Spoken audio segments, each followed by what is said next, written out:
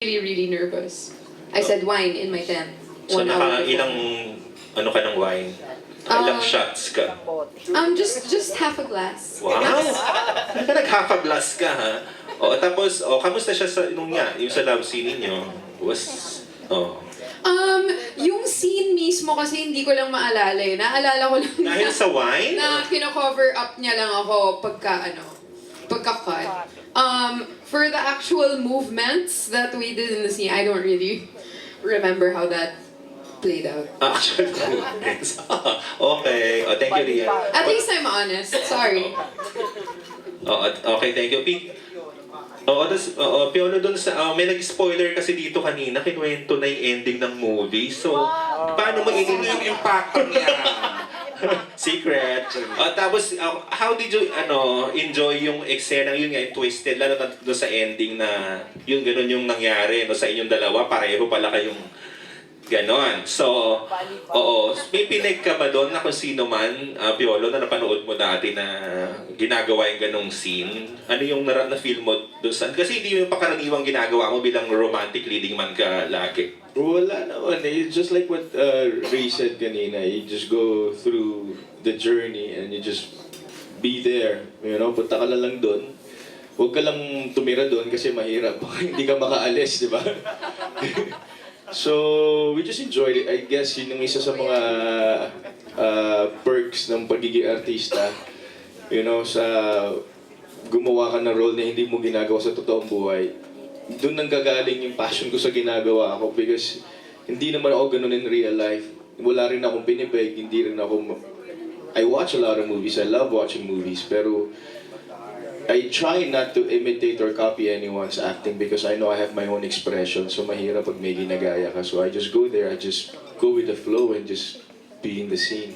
Oo, sabi mo hindi ka ganun in real life. Tatanong ko pa naman kung may twisted side ka rin ba as Piolo? Hindi naman siguro ako mag-aartista kung matino akong tao. Diba?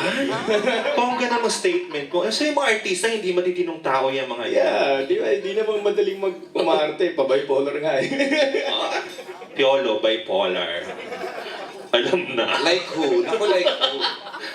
So ganun. So may lahat naman may twisted side sa... Lahat naman ng tao, I guess, it depends on the person if you're gonna tap that or if you're even gonna entertain that. Okay. So, EJ, last question na. Tanong ko na to kasi alis na kami, ha? Go! PJ, Parang alam ko na. medyo maiba. Hindi, maganda naman, diba, good news naman. Nabanggit naman niya kanina yung London. At saka Sunday naman, di ba? Yes, Sunday bilang... Ang daming disclaimer! Pinapunta niyo kami ng Sunday, di ba? So, siguro naman, pwede mo na sagot. Magbigay tayo, Piolo. Magbigay tayo, Papa P. Maganda naman kasi PJ nangyari doon sa London, di ba? Nabanggit mo kanina yung London. So, naging okay kayo. Tapos, Casey tweeted about it pa, yung picture nyo. So, may happy moment na naganap doon. So, how was it? Sige, mga camera. Happy moment. I guess it was just magnified sa social media because Christina and I are actually okay. Actually, since Even before February pa. Yeah, London. Ever since her lola passed, we kind of broke the ice already when I sent my condolences. And then, ayun, and when we would see each other, okay naman kami. Siguro we just had a chance to talk lengthily.